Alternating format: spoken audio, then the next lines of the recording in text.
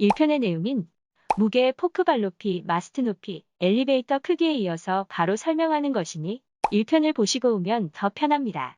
네 번째, 팔레트 종류예요. 정말 중요한 포인트 중에 하나예요. 왜냐면 내가 현장에서 쓰는 팔레트가 어떤 팔레트냐에 따라서 제품의 차이가 딱 두 가지로 나뉩니다. 보통 이런 나무 팔레트 많이 보셨을 거예요. 살짝 들어보면 한쪽이 이렇게 바닥이 뚫려 있어요. 근데 반대쪽에서 보시면 여기 또 막혀 있죠.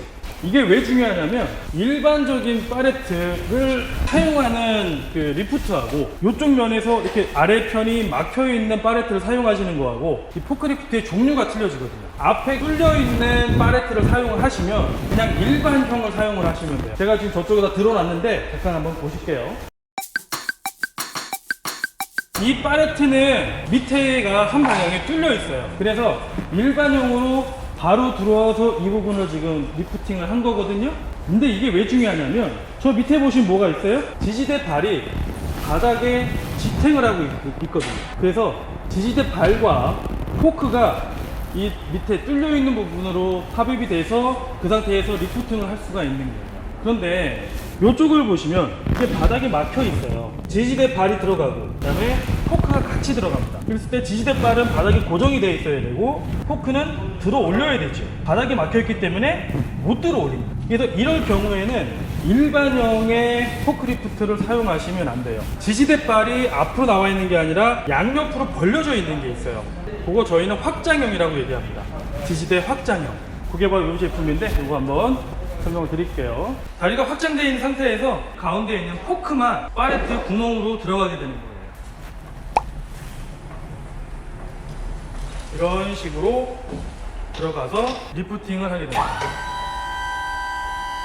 다음에 여섯 번째는 이 바닥을 보셔야 돼요. 저희 매장은 상당히 편편한 바닥인데요. 아무래도 아스팔트나 콘크리트나 이런 부분은 미세한 요철들이 있는데 리프트들은 중량물이기 때문에 그런 요철이 있는 부분에서 다닐 때 보면은 아무래도 덜덜덜덜덜 걸릴 수가 있죠. 그래서 여러분들이 사용하시는, 제조하시는 그런 제품이 유리 재질이거나 깨지기 쉬운 플라스틱 제품, 반도체, 품목일 경우에 리프팅을 하고 나서 이동을 할 때 진동 때문에 제품에 손상이 될 수 있다. 뭐 식품류도 마찬가지겠고요. 그렇다라고 하면 한 가지 기능이 더 추가가 되어 있는 포크리프트를 사용하셔야 돼요. 그건 뭐냐면 구동 바퀴 쪽에 일명 이런 말씀은 좀 그렇긴 한데 시체말로 쇼바라고 하죠. 충격 완충 장치, 서스펜션이라고도 얘기하고요. 그런 서스펜션이 장착되어 있어서 진동을 잡아줄 수 있는 그런 제품을 사용을 하셔야 됩니다. 그리고 또 하나, 일전에 유제품을 만들던 공장을 갔었어요. 그쪽에선 유제품을 많이 사용하기 때문에 우레탄 바닥임에도 불구하고 유분이 많았습니다. 유분이 많으면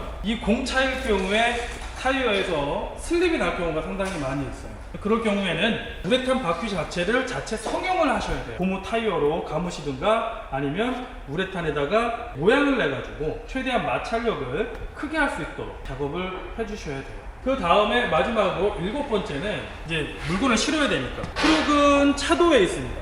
그 다음에 우리는 아파트형 공장이기 때문에 보도블럭에서 물건을 실어야 돼요. 그러면 차도와 보도블럭의 높이 차이가 약 한 20cm 정도 차이가 나거든요. 앞으로 지지대발이 나와 있는 제품을 사용을 못 하시게 되죠. 그럴 경우엔 보도에서 실지 마시고 돌아서 차도 쪽에서 승차를 로딩을 해 주셔야 된다는 거죠. 왜냐? 보시다시피 앞발에 지지대발이 있기 때문에 차의 위치는 여기 있고 그러면 지지대발이 밑으로 들어가야 되는데 이 턱 때문에 진입을 못하게 되는 경우가 생긴다는 말씀이죠. 그럴 경우에는 지지대 앞발이 없는 리치형이나 카운터 밸런스형 이런 종류의 포크리프트를 사용을 하셔야 됩니다. 이제 저희 제품의 모델을 구분하는 방법을 앞서 말씀드린 것과 함께 해서 종합적으로 말씀을 드릴게요. 저희 제품엔 SEF라고 시작하는 모델명이고요. 이것이 뭐냐면 S는 SY, E는 일렉트로닉, L은 리프트. 그래서 SY 일렉트로닉 리프트. 이게 SEF의 약자입니다. 물론 이제 이 전동을 사용하지 않으면 가운데 F가 들어가요. 풋 파워에서 사람의 인력을 사용하는 수동이죠, 한마디로. SFL이라고 하는 제품인데 그거는 이 옆에 있는 100% 수동입니다. 그래서 SFL과 SEF로 일단 나뉘게 돼요. 자, 거기서 SEF 제품을 지금 오늘은 설명을 드리는데요. SEF 다음에 숫자가 4개가 들어갑니다. 가장 대표적인 게 15, 25 또는 15, 16 이렇게 들어가죠. SEF 15, 16 같은 경우에는 SEF 반전동 1호에 1.5톤에 16은 1.6m까지 올라간다. 자, 그러면 SEF 1호, 2호는 뭐냐? 마찬가지로 SEF 반전동 포크리프트 1호 1.5톤까지 들 수 있는, 2호 2.5m까지 올릴 수 있는 이 제품이죠. 앞에 있는 건 톤수, 뒤에 두 글자는 리프팅 할 수 있는 높이를 말씀을 드릴 수 있어요. 근데 제품을 보시다 보면 이 숫자 4개 뒤에 영어로 2가 적혀 있는 게 있을 거예요. 그건 뭐냐? 일렉트로입니다.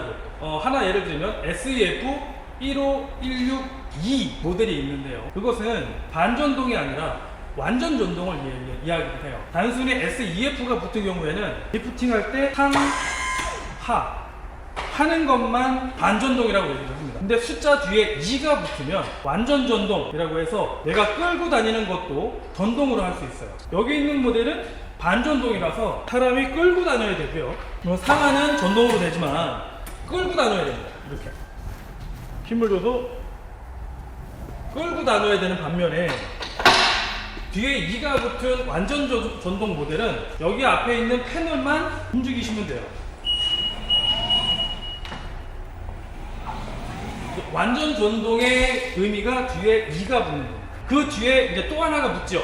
W가 붙습니다. W는 뭐냐면 와이드, 즉 확장형이라고 얘기하는 건데요. 모든 제품에는 확장형이 다 붙을 수 있어요. 그래서 이쪽에 있는 것은 확장형, 이 제품은 일반형. 그래서 만약에 똑같은 재원이다라고 얘기했을 때 얘는 SEF 1호 162가 되는 거고요. 이쪽은 확장형이기 때문에 1호 162W가 되는 거죠. 확장형이 되면 뒤에 W가 들어간다 라고 하는 걸 기억을 해주시고, 그 다음에 아까 제가 다른 말씀드린 것 중에 서스펜션, 충격 완화 장치가 있다라고 말씀을 드렸죠. 그거는 뒤에 M이 하나 더 붙습니다.